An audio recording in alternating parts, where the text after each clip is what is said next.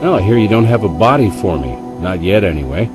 But maybe I can give you some insights based on some photos. I'd be happy to run some tox reports if you give me blood samples as well. No problem. Check back later.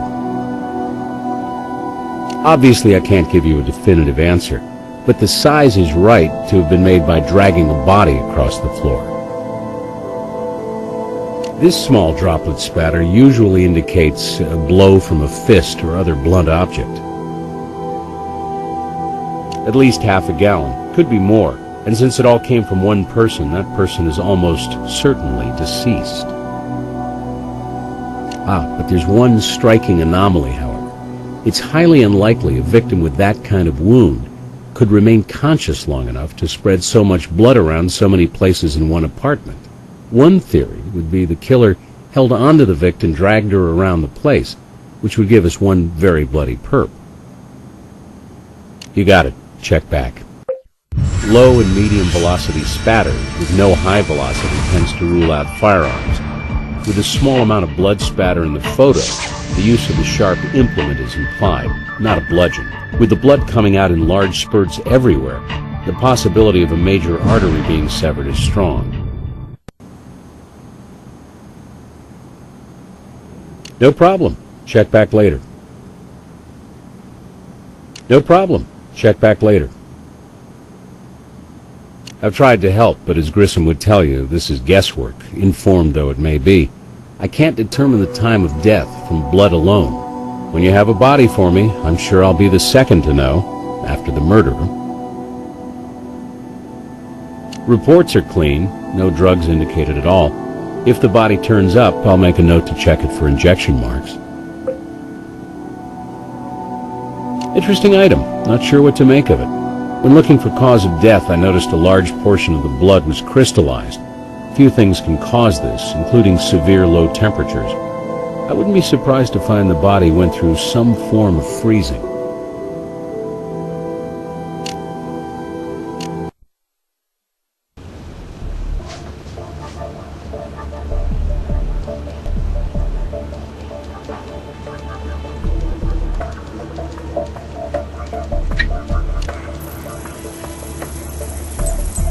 Wax, all right.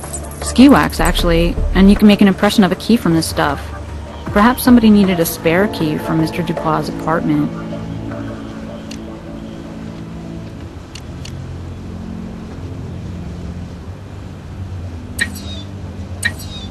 Sure, they match, but we don't know what either of these items actually are, so this doesn't really get us anywhere. We need to match one of these against something known. Blood definitely came from one person.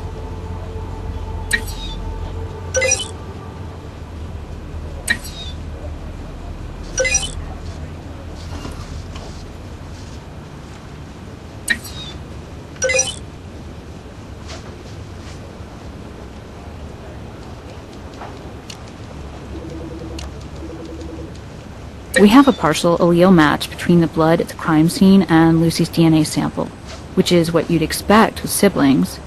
And since Mr. Canelli has no other children, the blood at the scene belongs to Carrie Canelli.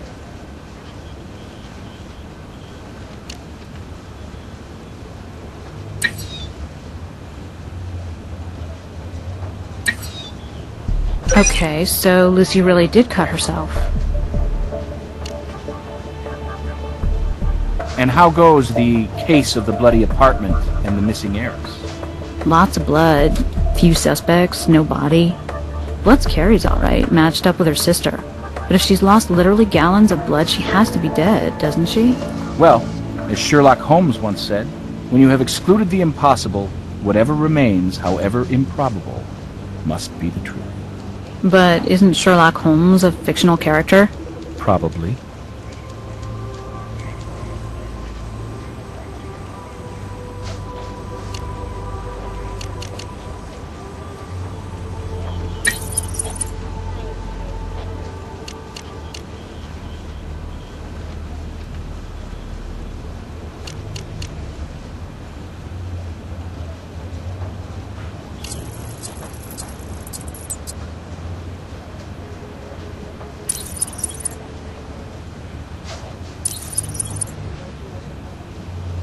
Matched to the charming fiancé. Not a surprise, since he had his own key access, but this is surprising.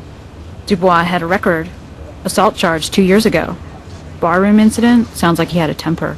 Convicted, but suspended sentence due to first offense.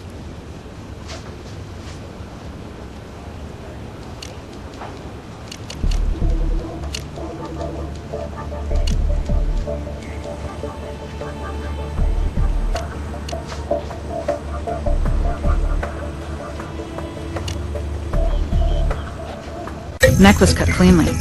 From one side. Maybe during a knife attack.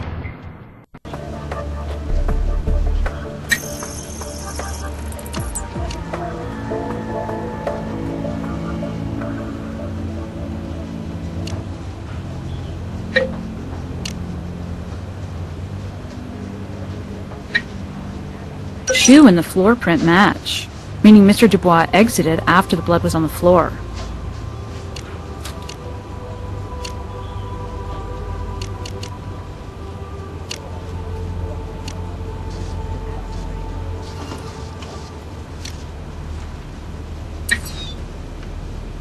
That's not good. No match to Dubois. This could mean a number of things. Worst case, she was also sexually attacked.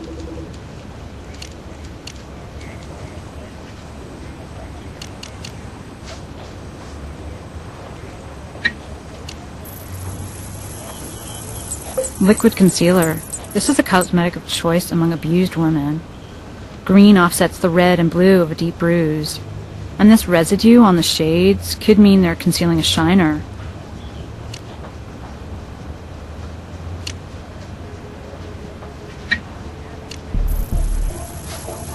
It's a common brand of trash bag, so this means a bag was dragged out through that window, perhaps heavy enough to cause a snag.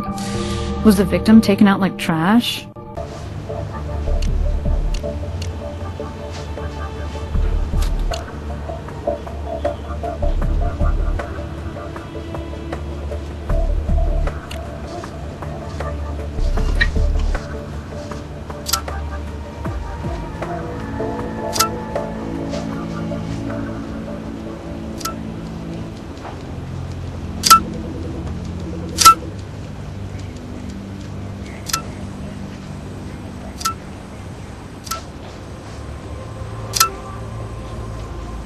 Here's a stunner.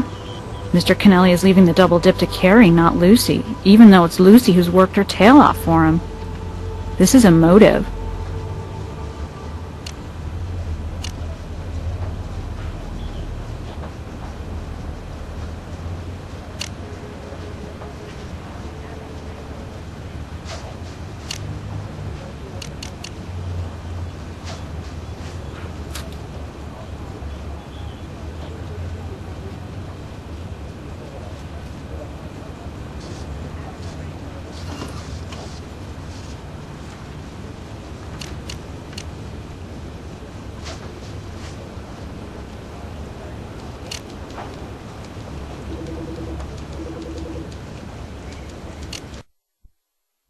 You know the kind of pressures we get from the string pullers in this town. Right now, Jacob Canelli, from his deathbed, is providing a healthy dose. This kind of grief we don't need. So we need to find out what happened to his daughter fast. Now, what do you need? Well, her story is confirmed. Someone made an international call to a hotel in Aruba using Lucy Canelli's Visa card. Visa flagged it as being outside of her normal spending pattern and notified her that it could be fraudulent. We could have a break here. If it was Carrie who made the charge locally, then she was still alive at 5:04 this evening, improving our timeline. Only take a second to access interdepartment records, and here it is. 8:12 p.m., 60 miles per hour in a residential zone. She was in one hell of a hurry to get someplace. This confirms she didn't meet her sister at 7:30, but that doesn't clear Lucy of murder, not when we don't even have a time of death or a body. Doubtful. He's very sick and very rich. Those are hard hurdles to get over, and getting over them will take time. If we can crack this thing without going there, we should.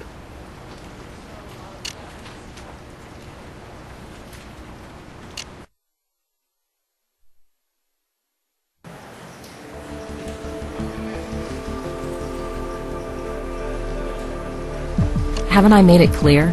We're oil and water, my sister and I. We are not close. And she wouldn't tell me her dress size, let alone share the details of her love life. Wait, actually, there is one thing that does come to mind. A few months ago, at the hospital, Carrie was making one of her rare visits to see how Dad is doing, and I was struck by how she and this male nurse were, well, almost flirting. Not that I know of. Again, we're not as close as most, or anyway, many sisters. Still, she was in the tabloids, so a stalker would be possible. Of course, that fiancé of hers behaves like a stalker. Does that count? Look, I told you, Carrie doesn't share intimate details with me. But she has terrible taste in men. Controlling jerks, one and all. She's been knocked around before. I wouldn't be surprised if it happened again. She's a serial victim.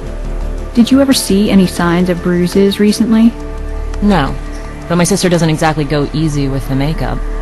She's a pretty young woman, but insecure, and cosmetics are just another thing for her to hide behind. Really? Well, it makes for humorous reading, if you're into irony. So much for hard work and dedication and family.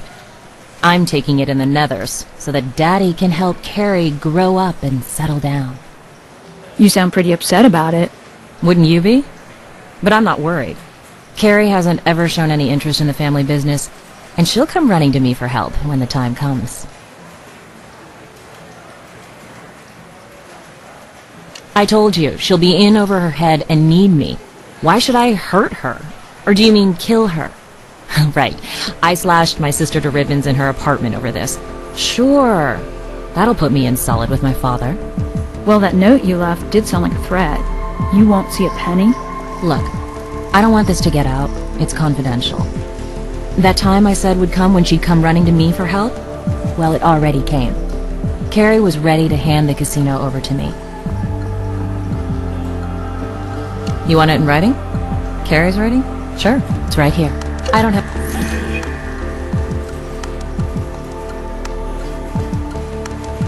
I don't have anything else to say to you.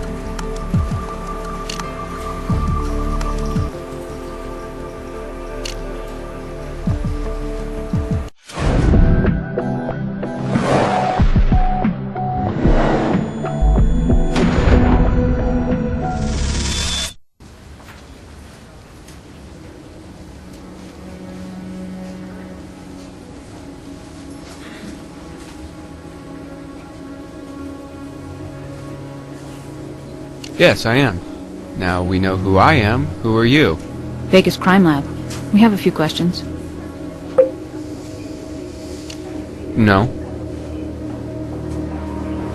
Of course I am. And I know that his daughter is Carrie Canelli. She's had her picture in the media enough. And I may have spoken to her in passing when she's come to see her father. Though the younger daughter, whose name I forget, she comes around more frequently. But when you ask if I know the young woman, I can say that a male nurse and a casino heiress do not normally run in the same circles. The younger sister whose name slipped your mind? Her name is Lucy, and according to her, the last time Carrie visited her father, you were more attentive to Carrie than to the patient. Well, that's an absurd assertion.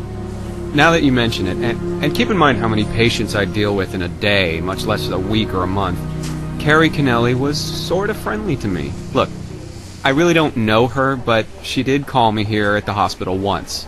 But it didn't go anywhere. We live in different worlds. Missing? Why, no, I didn't. That's sad news. I mean, she seems sweet and unaffected, considering her background. But you should understand that Mr. Canelli's condition has worsened, and he was recently moved to another hospital where he could receive specialized treatment, so I haven't seen either of those young women lately.